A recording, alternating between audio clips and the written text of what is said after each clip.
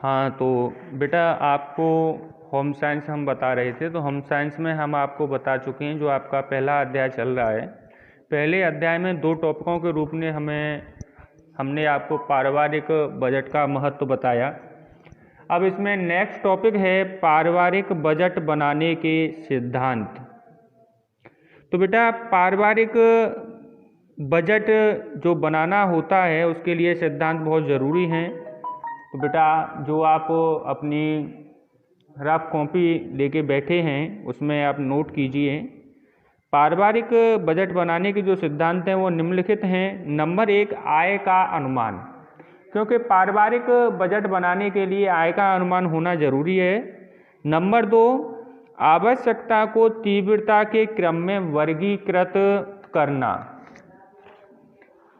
Number 3, आकस्मिक आवश्यकताओं की पूर्ति के सिद्धांत। नंबर 4, सदस्यों की रुचि का ध्यान। नंबर 5, मासिक बजट बनाते समय वार्षिक बजट का ध्यान रखना। नंबर 6, पुराने बजट का ज्ञान।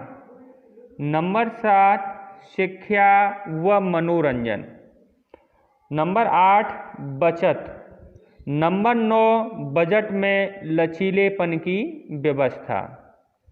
बेटा ये जो हमने आपको बताए पारिवारिक बजट बनाने के सिद्धांत बताए, अब हम नेक्स्ट टॉपिक पे अपने पे चलेंगे, तो वो है बजट के उद्देश्य। बजट के उद्देश्य क्या हैं? बेटा बजट के उद्देश्य निम्न हैं, आप नोट कीजिए। नंबर 1, परिवार के सभी स्रोतों से होने वाली आय का सही विवरण। नंबर 2, परिवार के सदस्यों की आवश्यकताओं का ज्ञान व उनकी पूर्ति के लिए व्यय का विवरण। नंबर 3, पारिवारिक आय व्यय के अनुपात का ज्ञान तथा रहन सहन के स्तर को उन्नत करने के उपाय करना। नंबर 4, आय व्यय को नियंत्रित करके समुचित बचत का प्रयास करना। नंबर 5, आय में आवश्यक वृद्धि करने के लिए प्रोत्साहित करना। नंबर 6, परिवार में होने वाले अनावश्यक व्यय पर नियंत्रण करना। नंबर 7, परिवार की यथार्थ आर्थिक स्थिति का ज्ञान करना। अब बेटा आगे नेक्स्ट टॉपिक है हमारा बजट द्वारा प्राप्त होने वाला ज्ञान। बजट द्वारा जो ज्ञान होने वाला है, प्राप्त होने वाला जो ज्ञान है वह कैसे होता है, इसके जो हैं वो निम्नलिखित हैं। नंबर 1, परिवार के सदस्यों की संख्या। नंबर 2, पारिवारिक आय व्यय का ज्ञान। नंबर 3, व्यय के मदों का ज्ञान। नंबर 4, बजट की अवधि का ज्ञान। नंबर 5, बचत का ज्ञान। तो बेटा बजट द्वारा होने वाला ज्ञान किस प्रकार से है वह हमने अभी आपको बताया। अब बेटा आते हैं बजट पे, तो बजट कितने प्रकार के होते हैं? बजट बेटा 3 प्रकार के होते हैं। नंबर 1, संतुलित बजट। नंबर 2, घाटे का बजट। नंबर 3, बचत का बजट। बेटा बजट जो हमने आपको प्रकार बताए वो कितने प्रकार के बताए? 3 प्रकार के। पहला संतुलित बजट, दूसरा घाटे का बजट और तीसरा बचत का बजट। अब बेटा आगे चलेंगे। पारिवारिक बजट। पारिवारिक जो बजट होता है उसके मुख्य मद क्या हैं?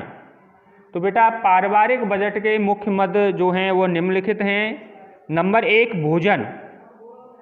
इसमें हम आपको विस्तार रूप से बताएंगे। भोजन मनुष्य की मूलभूत आवश्यकताओं में से एक है। इसमें वे वस्तुएं आती हैं जिनको भोज्य पदार्थ कहा जाता है, जैसे आटा, नमक, दाल, चावल, दूध, मछली आदि। नंबर 2, वस्त्र। व्यक्ति की दूसरी मूलभूत आवश्यकता वस्त्र है। इसमें परिवार के सभी सदस्यों के कपड़ों, जूतों व चप्पलों पर व्यय शामिल है। बेटा नेक्स्ट, आवास। व्यक्ति की तीसरी मूलभूत आवश्यकता है आवास। मकान आदि की व्यवस्था भी इसी मद में आती है। नंबर 4 शिक्षा। शिक्षा में बेटा बच्चों की पुस्तकें, कापियां, विद्यालय का शुल्क इसके अंतर्गत आते हैं।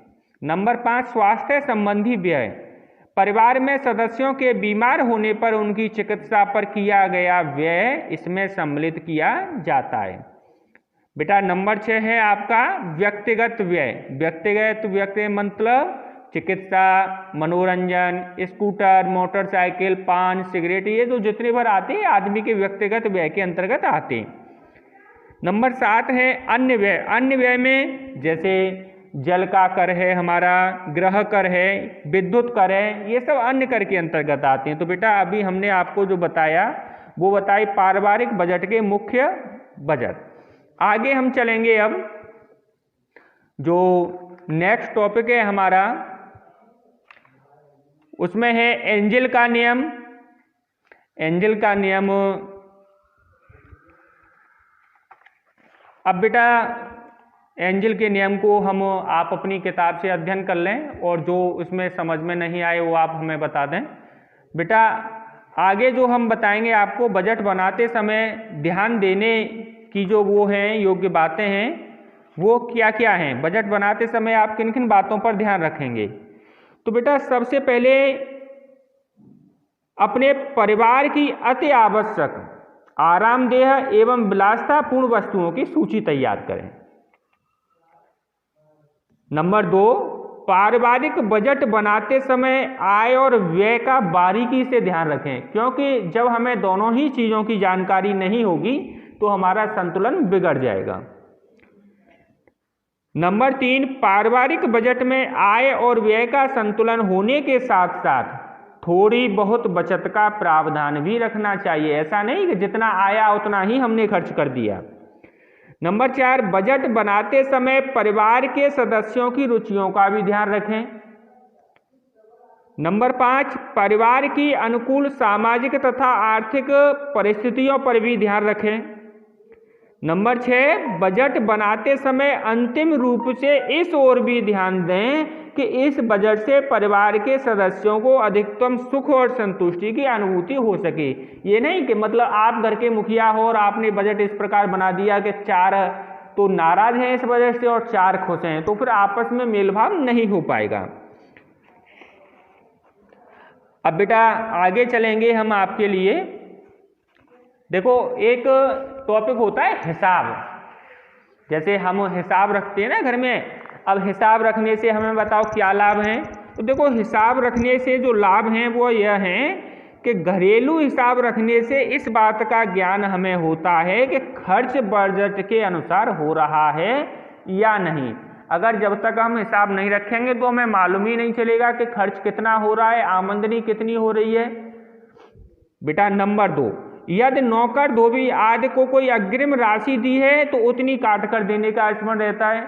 हमारे यहाँ कोई भी मजदूर अगर कार्य कर रहा है और अगर हम उसका हिसाब नहीं रखेंगे तो हमें कैसे मालूम पड़ेगा कि इसको हमने ज़्यादा दे दिया है या थोड़ा दिया है। नंबर 3 मासिक हिसाब रखने से अगले माह का बजट बनाने में सुविधा होती है। अगर हमें मासिक हिसाब हम रखते हैं तो जैसे आगे माह का जो बजट होगा उसमें हमें बहुत सुविधा होगी। हिसाब रखने से गृहिणी को बचत की प्रेरणा होती है। अगर हम हिसाब रखेंगे तो हमें मालूम पड़ेगा कि आज हमने 10 रुपये बचाए, 20 रुपये बचाए, 100 रुपये बचाए, 1000 रुपये बचाए। और बेटा ये जब ही मालूम पड़ेगा जब हम हिसाब रखेंगे। तो और भी इसके वो हैं, मगर ये 4 महत्वपूर्ण टॉपिक हमने आपको बता दिए जिससे आप अपना नोट कर लीजिए और इन्हें याद कीजिए। अब बेटा आगे हम चलेंगे।